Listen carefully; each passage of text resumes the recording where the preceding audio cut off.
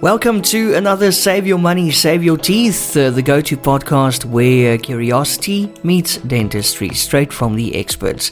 It's Eon with you, and also Dr. Clifford Yudelman taking a nice deep dive into the world of dental care from a consumer's perspective. So whether you're looking to brighten your smile or just protect your wallet, we've got you covered with this podcast, giving you practical advice and also the latest insights. So stay with us as we uncover the secrets to maintaining both your dental health and also your finances. As always, a very big welcome to Dr. Clifford Yudelman. Are you well? I'm well, thanks. How are you doing? Very good, thank you. So today, talking about maintaining your perfect smile and tips for long-lasting veneers and bonding. What daily oral hygiene practices, doctor, are essential for maintaining your veneers and bonded teeth? So if a veneer or bonded tooth or an injection molded composite bonding is done very well, there isn't anything special to do. You brush twice a day with a soft bristle toothbrush. You don't want to use a toothbrush that's too abrasive on your own teeth as well as on any kind of composite. Although the injection molded composite bonding, we see patients 6 and 12 and 24 months later, and they just look better and better. They don't abrade from brushing. So some of this advice changes as the materials improve. But what's important with any restoration is you want to floss daily to remove plaque and food between your teeth. You know, with injection molded composite bonding, depending on how much of the tooth surface has been covered, the tooth is fairly well protected. With veneers that are only sitting on the front of the tooth, if you get a lot of plaque buildup between the teeth, you can still get a cavity on your own tooth because the back of your tooth is all still exposed and it's your own enamel. So with that in mind, I don't think that your teeth are bulletproof. Even with a crown on a tooth, you can have plaque build up at the gum line, and the plaque can eat away at the root of the tooth, and that's disastrous, especially because with a crown, the tooth has already been drilled down quite extensively, which is the reason why we don't like crowns all that much at OPTISMILE. Our preference is, as we discussed last week, injection molded composite.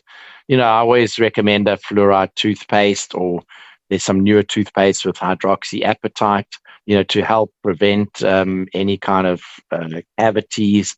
We tell people to avoid any very abrasive toothpaste, like a smoker's toothpaste.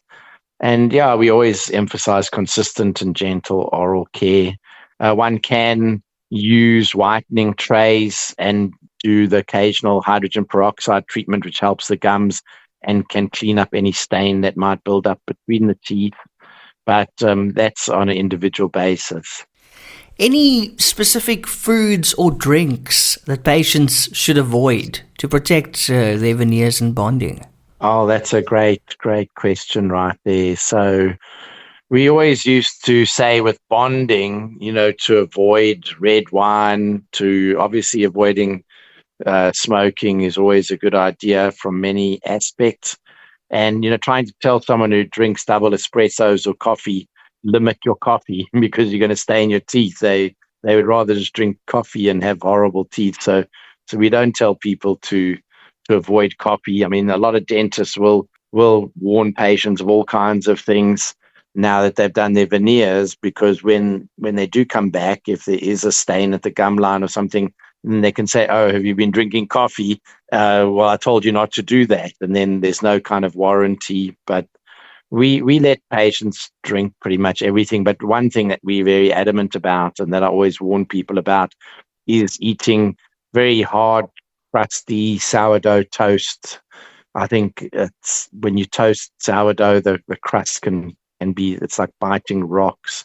And the other one is, if you're going to eat a rusk, make sure you dunk it first. So that would be something. There is general advice on the internet about avoiding sticky candies and chewing gum, but honestly, I tell people to enjoy all of that. We always recommend avoiding highly acidic foods and drinks. So the worst one is the lemon in the hot water, which we've spoken about before. That erodes the teeth. So you've got a veneer protecting the front of your teeth, but you can still get a lot of erosion on the back. The same with bonding. Bonding is interchangeable with composite filling. So if you've got a white filling on your front tooth and then they bonded the corner of the tooth, there's a lot more edges there that are prone to getting cavities or erosion versus a full cover with injection molding or a veneer. Yeah, the acidic foods, I would think, and especially like Coca-Cola or any other carbonated drinks, even sparkling water. I think these things we've spoken about in previous podcasts, I think if patients go back and listen about how to protect their teeth in general, that will also apply to these newer things like injection molding. Yeah, the injection molded composite bonding really makes your teeth back to how they were. In fact, much more resistant to acid and resistant to cavities than your natural teeth. So how often should patients with veneers or bonding visit the dentist for checkups and cleanings? So we generally recommend every 6 months for a cleaning, and unless a patient's got ongoing problems or very cavity prone. Just to say about cavity prone, we won't do veneers. I won't do veneers or injection molding in a patient who's not controlling their plaque or their diet and is very cavity prone until the cavity proneness or whatever's causing the cavities are sorted out first, because it's very important for the mouth to be clean and not to do cosmetic work if someone isn't able to look after it. So yeah, look at cleaning to remove plaque and tartar every 6 months. And a checkup with the dentist, I say every 12 months if you've had your whole mouth fixed up. There's not a lot that can happen over 6 months. Some dentists listening will cringe and say, oh, no, you have to check with me every 6 months. If there's anything very obvious, the hygienist will pick it up at the 6-month cleaning, unless it's the dentist that's cleaning. Yeah, we like to catch potential issues early to prevent damage. Look, I've got a patient coming in. She had 8 veneers done in Texas 2 years ago, and unfortunately she saw one of my associates about a year ago because one front one just popped right off, and I don't know if she swallowed it. I can't remember what happened, but she had to get a brand new one. You know, sometimes if a patient doesn't swallow it or lose it, we can glue it on. So that's something that doesn't happen with injection molding. But basically we needed to make a new veneer. She subsequently broke another one, which doesn't happen very often, and then now a third one. And so this, I'm not sure what happened with this, but that's the problem sometimes with veneers is they can give trouble. Injection molding, we haven't seen that. And this patient now, her dentist in America has kindly offered to pay us to replace all of her veneers, which she had done, 2 years ago. And now we have to drill all off these veneers, and there's not going to be a lot of tooth underneath, and we have to put new veneers on. So, you don't want to be chewing on that sourdough bread. And I think we'll talk in a minute about how to protect your veneers in a later on today. So let's say in a case it becomes damaged or discolored. What do you do? So you want to, if you chip or break or a veneer or it comes out, you want to try get in with a dentist right away. You don't want to try and repair it at home, although we have had patients where they've glued it in with that instant glue. What do you call that? Cyanoacrylate. Wow. And it actually works. I shouldn't say, but it actually works really well. And sometimes we actually can't get it back out to glue it in properly. I don't recommend it. There's a sharp edge. You can get orthodontic wax to put over the edge. The dentist can generally make a new veneer or repair a damaged veneer. If it's injection molding, it's amazing because we do get the occasional chip, or they don't come out or break too often, but someone can chip an edge if they forget, especially if they're biting their nails or they open a packet of chips with their teeth, and we keep the mold. So it's very quick, takes maybe 10, 15 minutes. We just clean up the chip, we put the mold over and we re-inject, and it bonds beautifully and we polish it up. So that's one of the advantages of injection molding over traditional veneers, like this poor lady that I have to redo all of her veneers. We at OPTISMILE, we always will get our own patients in immediately, and we have a 5-year warranty on any work that we do. So when patients come to us and get injection molding or or veneers, and they're coming in regularly, and they wear protection like a bite guard or a retainer at night, and not eating the things that we've mentioned, we replace or repair them at no charge. Doctor, just before we continue, anything what's the funniest thing that you've seen in your years of experience that people put in their mouth to keep their teeth in a case like that, except for glue? Bubblegum? Let me have a think. What's the funniest thing? Sellotape? Yeah. Okay, I'll tell you. Yeah. Well, it's never funny when a veneer falls out, but I have had a patient where they had these very white veneers done in America, and one of these veneers popped out, and they couldn't find it, and they used that correction liquid, like typewriter correction. I don't think people know what a typewriter is anymore. I don't even know if you can get it. But that white out, we used to call it, yes. When you paint it on. Oh my! And they word. painted their front tooth white. I mean, it looked ridiculous, and I'll never forget that. Yeah. Thanks. Yeah, but you can't laugh. I never think it's funny. Yeah, it's and not I mean, funny. that's like I said, that's why I love injection molding, because we've never had an injection molding, just fall out like a veneer. And we see a lot of patients coming in, either whether they had them done in Turkey or in the US or even here in Cape Town. But we do see problems with traditional type veneers that we haven't seen with injection molding. And now let's talk about habits like teeth grinding or clenching. How do they affect veneers and bonding? So my late dad was a dentist, and he always had good dad jokes. And he said it's okay to date a nun as long as you don't get into the habit. Oh my word. Good one. So that's a great question, because a lot of times when we see patients who need veneers or bonding or injection molding, it's because that they grind their teeth in the first place, and they've worn their teeth down or chipped their teeth, like we mentioned before. And in fact, some of these patients have this problem with grinding because they have what's called orthodontic entrapment, which means that the angle of their teeth is incorrect, and their bite is locked in, their jaws in an uncomfortable position, and that causes them to grind. And so if they don't get the Invisalign beforehand and get the bite corrected, they're going to keep grinding, and sometimes it becomes a habit. So those patients, we always recommend a bite guard or a night guard, a bruxism splint. They're all basically the same, but we get patients come in where they've had this problem, and a dentist has made them a soft, like a rubbery type of chewy bite guard. It's almost like a mouth guard that you buy in the shop for sports. And that's terrible, because that just increases your chewing. It might protect the teeth, but it actually causes headaches, and it messes up your jaw, and it becomes like a little chew toy, like a puppy chewing on a chew toy. The grinding can definitely, it's one of the worst things, especially for ceramic veneers.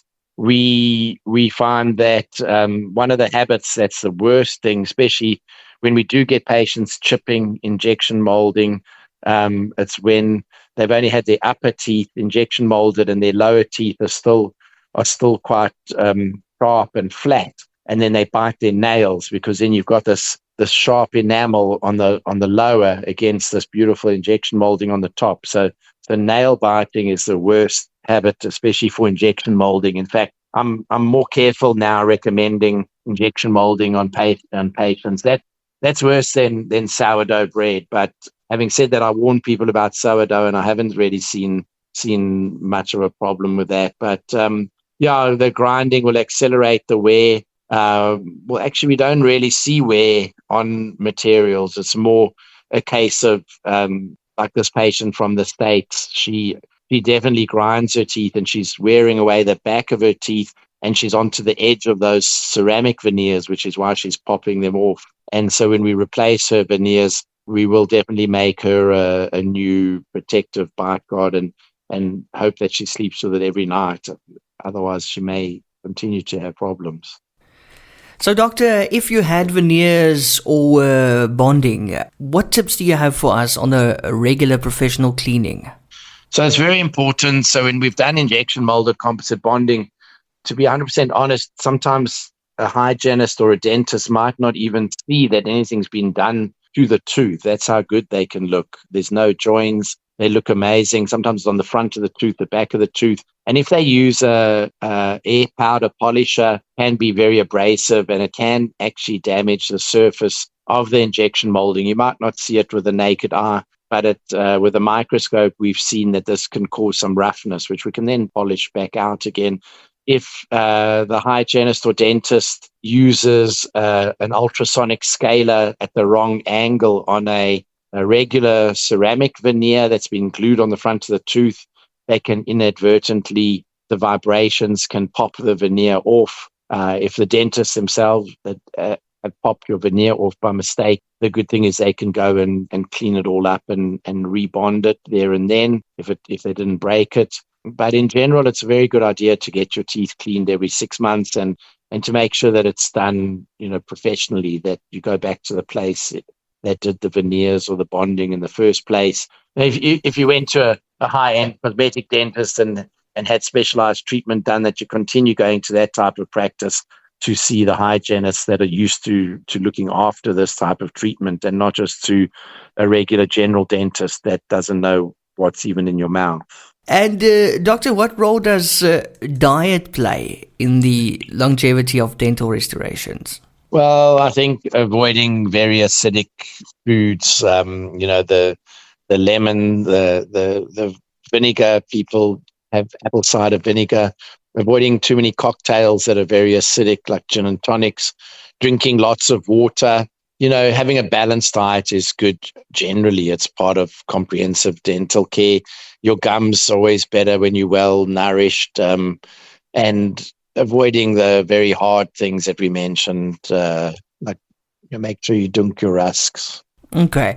And any tips or best practices for ensuring that veneers and bonded teeth last as long as possible? Yeah, so the main things to recap, because I think we've covered all of that, but it's using a bite guard or a night guard, bruxism splint if one has been made for you and recommended. If you lose it or the dog chews it or it's wearing out, get another one. Have your regular checkups. Don't use your teeth as tools to open packets or to take tags off clothing. If you get a new pair of socks, don't bite that little plastic thingy. Like I said just now, dunk your rusks. Don't have very crunchy, hard sourdough. And make sure you're brushing and flossing. That's the best you can do. And just enjoy your beautiful teeth. Smile, and the world will smile back. That's it. Another edition of Save Your Money, Save Your Teeth. Big thanks to you, Dr. Yudelman, for sharing your knowledge with us. We appreciate it. No, thank you very much, and look forward to speaking to you again next week, and have a great week. Thank you. You too.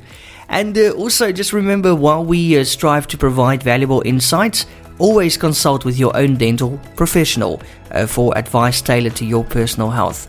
Don't forget to subscribe for more enlightening discussions, and join us again next week as we continue to explore the fascinating intersection of dental health and financial savvy. Until then, keep smiling and taking great care of your teeth.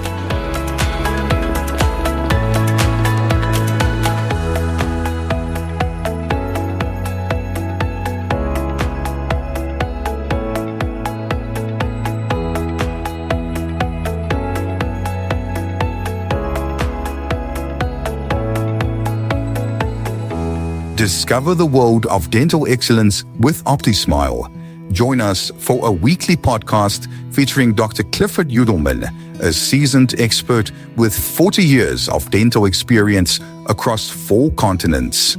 Gain unique insights and expert dental advice by visiting optismile.co.za for articles that illuminate the path to optimal oral health.